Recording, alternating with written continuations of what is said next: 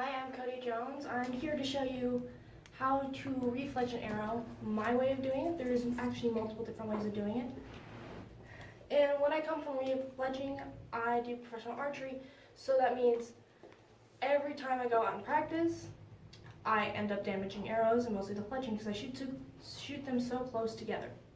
So what I've learned from this is it's easier to buy the equipment myself and learn how to do it than to go out and spend $30 every time I go out to the range and refledge them.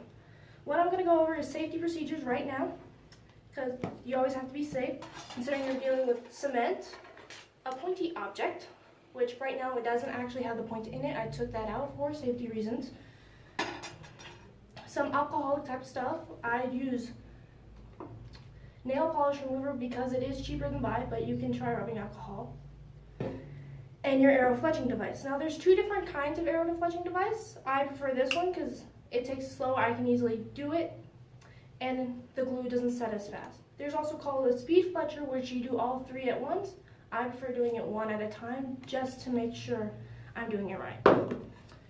Now when it comes down to your fletchings, the one I'm going to be using today for this arrow is going to be this one, due to the fact that it is a hunting type arrow and it does need a shorter fletching.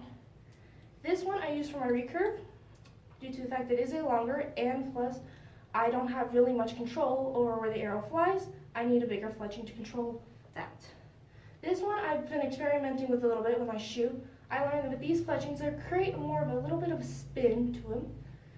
And this one I do for a friend. It's actually his. He does Joad. And this is the type of fletching he does shoot. A little bit shorter than my recurve one, but he does shoot a recurve. And that's just because our recurves are two different weights, so we need two different sizes. Now to get to the process. First, I already did the hard part of taking the old glue off. Did that before we came here because that involves knives and carbon fiber. What I'm going to do now is you're going to take your nail polish remover, you're going to put it on a cotton ball, and you're going to take it, you're going to rub it across. That's just to make sure any of the excess glue that's still on there is off. So by the end of it, and any carbon fiber fragments, so by the end of it, your cotton ball should look something close to this. Next step is you take it, you put it on your arrow dispenser. Like that. So it should sit like this. Mine has a nice thing where I can leave it on there and I can just twist it. So I can just move it. After that, I already figured this out, but what you want to do is you want to take this. I already have a little bit of tape over it because I'm dealing with glue a lot.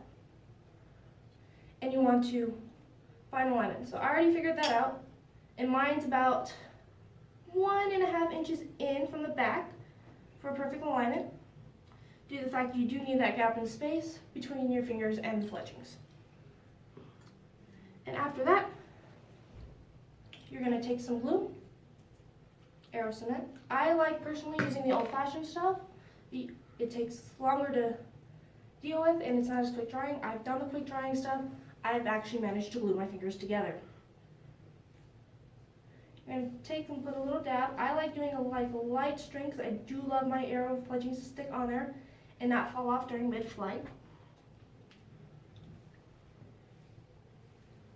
Okay, while you do that, there's this little metal strip in the back right here. That's where you can put it on these two little things. Now I'm doing it backwards, so it's going to be a little bit tricky. Aha! And you're going to stick it on there. Normally it takes about 10 to 15 minutes for my equipment to set before I can do a new one. I normally leave it about 20 just to make sure. And then I'll remove it, pull it out, make sure everything's aligned. If not, I will scrape it off and redo it again. So one thing I do want to mention before I go is the fact that this is not for everyone. I know a lot of people who've tried doing this and they haven't really succeeded as much. But the way I was taught, I had to do it every day for my job. So this came naturally to me. And working with arrows came naturally to me. Pretty much what this is, for me, it's an art form. I love doing it, not for everyone, but I love for everyone to try. Even going out and shooting, you don't have to do what I'm doing with you because it is a long, painstaking process. I'm known to binge watch Netflix, come back the next day, and do it again. But thank you for all showing up and listening to me talk. Bye.